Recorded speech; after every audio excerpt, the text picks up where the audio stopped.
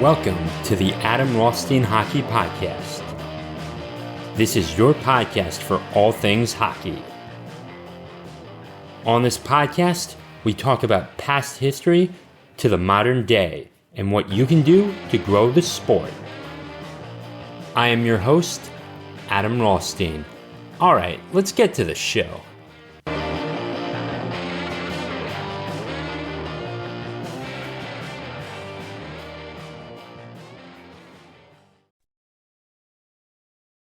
Welcome in, everyone. This is episode 32.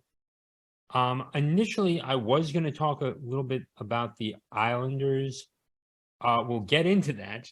But first, I've got to give a big shout out to Tage Thompson. He got 5 goals tonight. This is Wednesday night, by the way, against the Columbus Blue Jackets. And yes, I typically wear a Columbus Blue Jackets shirt on this podcast. If you've seen me on Spotify on a video, I typically do that, but it's like no history is being made.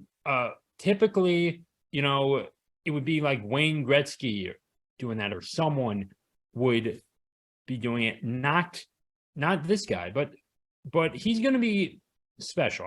If he's not already, he will be special. So big shout out to Tage Thompson there.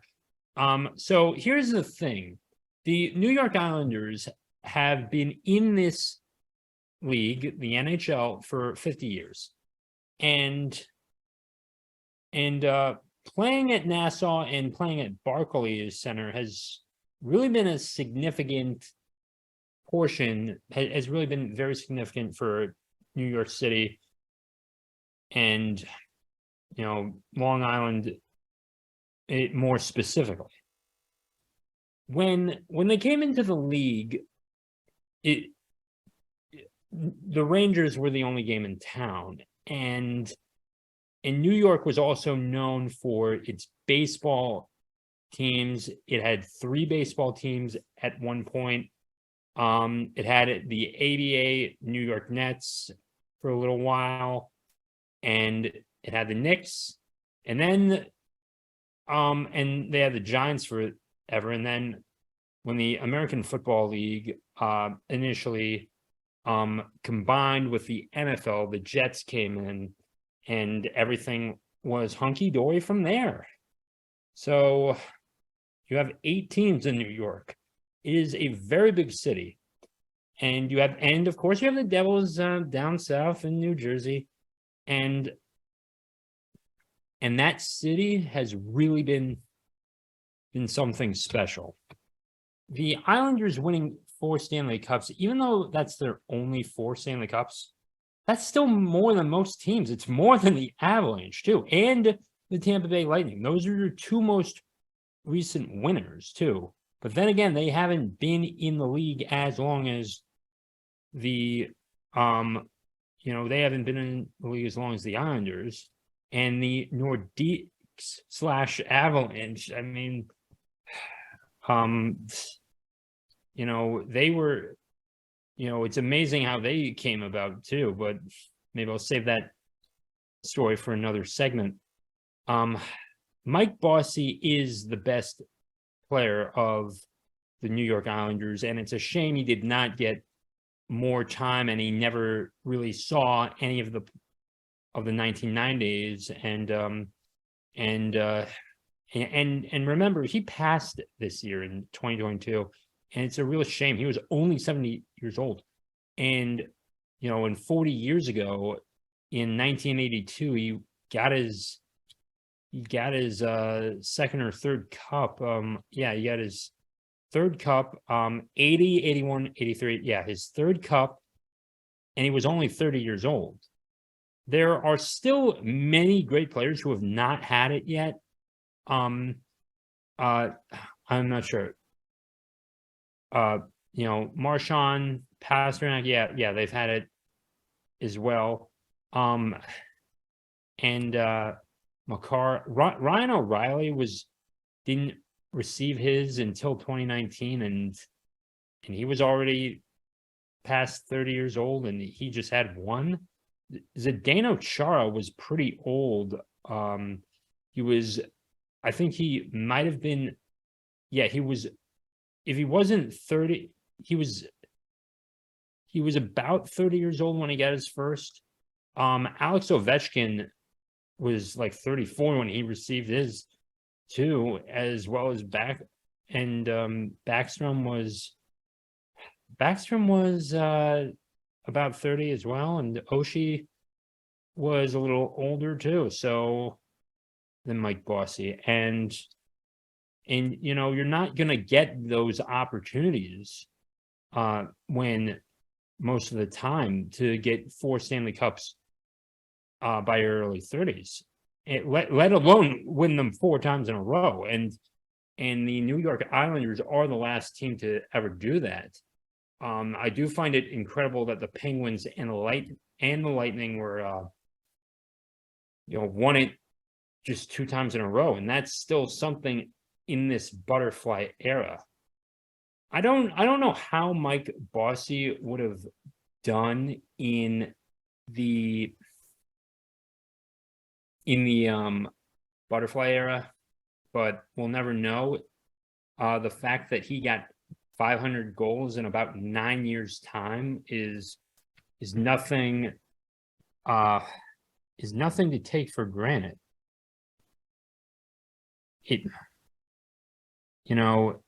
And he had Brian Trottier, he had Billy Smith with him, and he took advantage of that too. And when you get that opportunity, you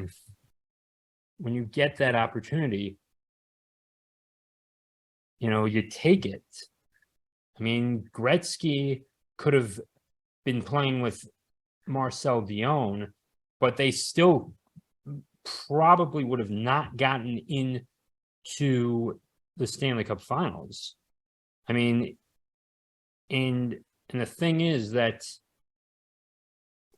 you don't know what you're going to end up with, so live your life to the fullest as well. It's been a lot over the years of what they have had to go through.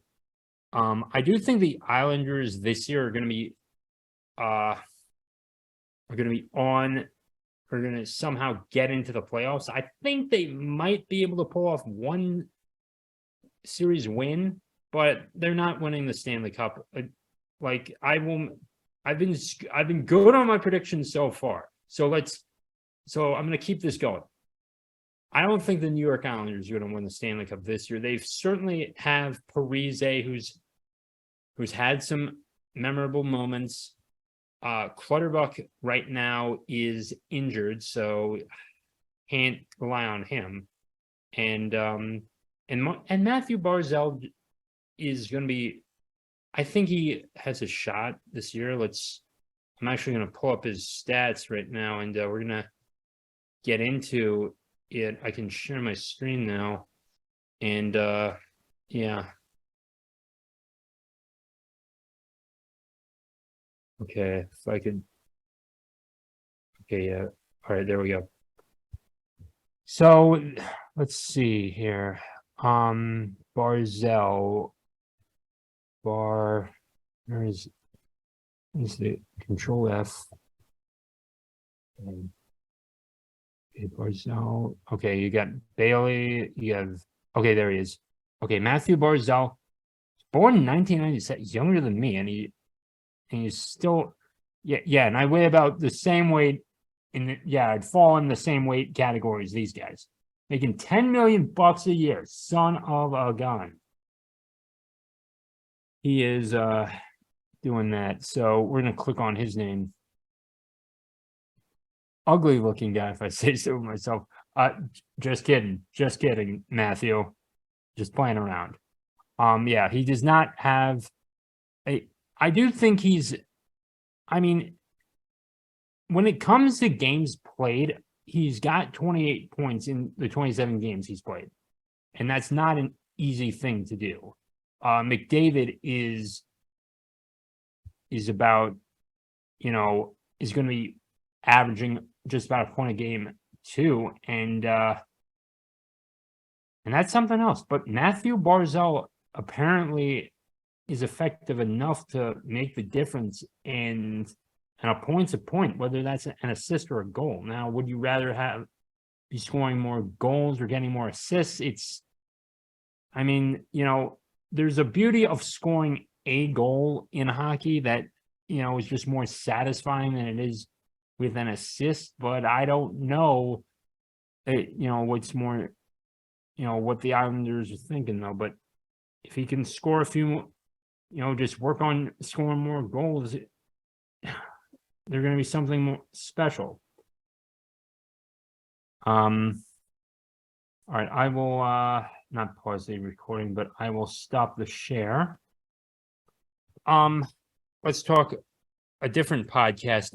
Gil Martin wrote the book Ice Wars, and he is the host of Locked On Islanders, part of the Locked On Podcast Network.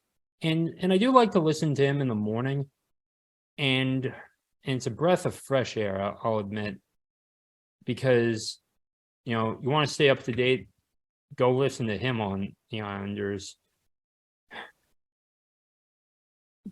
The when the 90s came rolling around, when Trottier left, they still were doing all right in the playoffs, and the odd thing is, every time they faced the Capitals, they lost. The Capitals lost too. They are also the other NHL team along with the Capitals.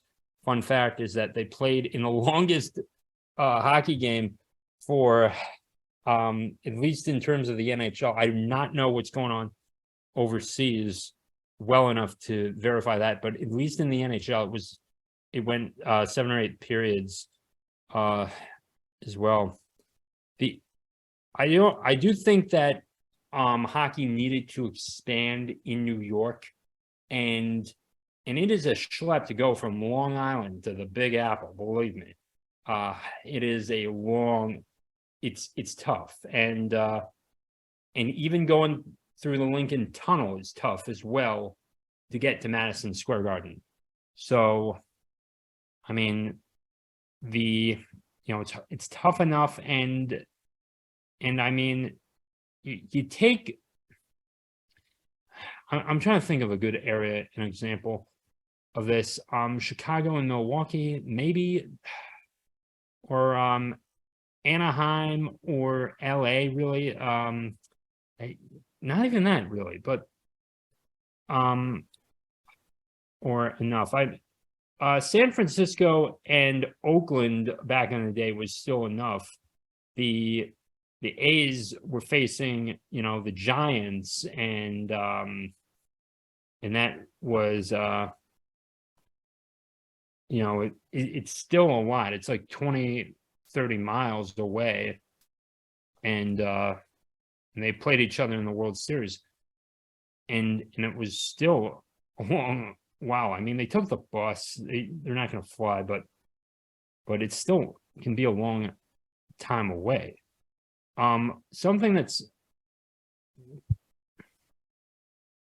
Ohio and Cincinnati sort of would be about the same drive as well. Like, I guess the same drive time, because no one's really out in Ohio, or it's not as populated in Ohio than it is in the New York tri-state area. But yeah, there's that.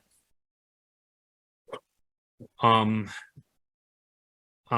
2000s really were not the best for the Islanders, and then in the 2010s they started to roll things around. I think when Varlamov came from the Capitals over to New York, I think that's when they began to really make a difference. Varlamov, he was there for a little while, I think. And yeah, and then the 2019-20 season, he came over there and he was good. He, oddly enough, he's got 267 wins in his career. He's got, goals against and save. He's got a career GAA of 2.64, which is actually pretty good for what it's worth. I don't think he got enough time with Washington, to be honest, to get a fair assessment. His save percentage was always above 900, which is incredible. As well, and his goals against average, 2.64. Shutouts, he got 7 last in the season of the 2021 of the 2020-2021 season. He got that, and even though they started late that one time, he still managed to get 7 out of it, and then he got 2 last year, and he already has 1 from the former night. So there's that. I know this is not a topic on something like passing or shooting, but I do want to stay up to date on the Islanders because I think they're going to be special. I don't know exactly how they're going to be special, but I think they're going to win 2 Stanley Cups in this decade, but just not in 2023. I think it's still going to be a long miles away. You're going to have to wait till 27, 28, 29 to like really see that. Maybe if you're lucky, you can get one in 26 or 25 or 2025. But I think that you're going to have to wait a little while longer for them to win a Stanley Cup. Billy Smith. Let me pull up his information right here. All right, let's take Billy Smith here. Billy Smith actually had a career GAA of 3.18. Couldn't be 3.14, 15926, whatever pi is. That actually would be funny. Take his save percentage, by the way, in the non-butterfly era too. His career save percentage is 0.895. So this actually, if anything, comparing Varlamov to Billy Smith is actually very interesting. There was a poll done on YouTube from Locked On Islanders. Gil Martin probably posted this, but it was who is the best Islanders goalie of all time, and well, I actually said Billy Smith, and there was no other options. And I was not going to say Varlamov because he hasn't been an Islander for his whole career. If he had, then I would have changed my answer because he was an Avalanche snowflake. He was an Avalanche, whatever we're going to call that. And he was a Capital. And then after he was done with the Caps and the Avs, he went over to the Islanders. But he's not an Islander in my eyes. He's not. He's at least 3 things. But I knew him first from DC because I grew up a Caps fan. So, but I do think like it's not an easy thing to do in that era. And he only played 18 years. And I'm not even, and he didn't play to 40 too. And he wasn't even close to the butterfly era. But he got 4 Stanley Cups. He played in 6. I think, it was 6. 4-time Cup winner. He won the Conn Smythe in the 1982-1983 time, and he's a Hall of Famer, but he's a 1-time All-Star. I'm going to go back to Varlamov real quickly. he's a one-time All-Star, but he does not have a Stanley Cup, and he never won the Conn Smythe. And I think, there are definitely some times when you're going to be stepping up and you're going to have that opportunity. Varlamov has never, and it says USSR there, there on his hockey reference as well. Just wanted to point that out. But he when you step up, when Billy Smith, has the opportunity, he did well in the playoffs, and he had Bossian, Trottier, and Bob Nystrom to back him up, and it worked. He didn't really, in 2008, 2009, he came in, but he was just, Crosby and the Pens didn't really, no chance against them. And no chance in 09-10, and no chance in 2010-2011. Not the best of seasons, and the Avalanche didn't do enough with that. So right now, let's just take a look at his record here. He's, games played 9, games started 9, 6 wins, 3 losses, 22 goals against, and shots against 82. And I think the Islanders would be, like, if they wanted to take the risk and just put him in for a few more games, I think that's all right. But yeah, the Islanders, are a special team. And I think, even though I didn't grow up in New York, I still appreciated a bunch of the good times and what they represented with Nassau Coliseum, and just bringing, being the main sports team on Long Island for so long, has certainly helped the state of New York. Buffalo got their team in 1967, and that's understandable when they had the capacity to do so, and they had the area to do so as well. And ever since the Islanders have existed, they've still been, the bread and butter for so many people living out on Long Island, or even in Brooklyn as well. They've been, for that brief time they were in Barclays Center, they're a team, and they're a team that is very special in many people's hearts. And just like the New York Jets, it's just who you grow up with, and they will certainly have, 4 Stanley Cups.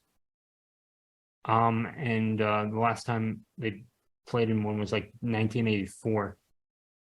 I think they're going to get in one of these days, and I do think it would be very cool if next year they had like a miracle run, but I don't know if that's going to happen. So we'll see what happens.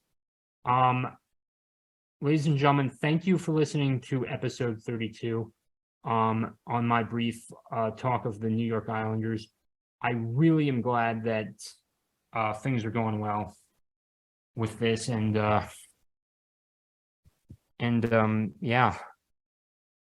Let me know what team I should do next. Reach out to me on Instagram or by email. Those will be in the show notes. And yeah, take care. Yeah, sure.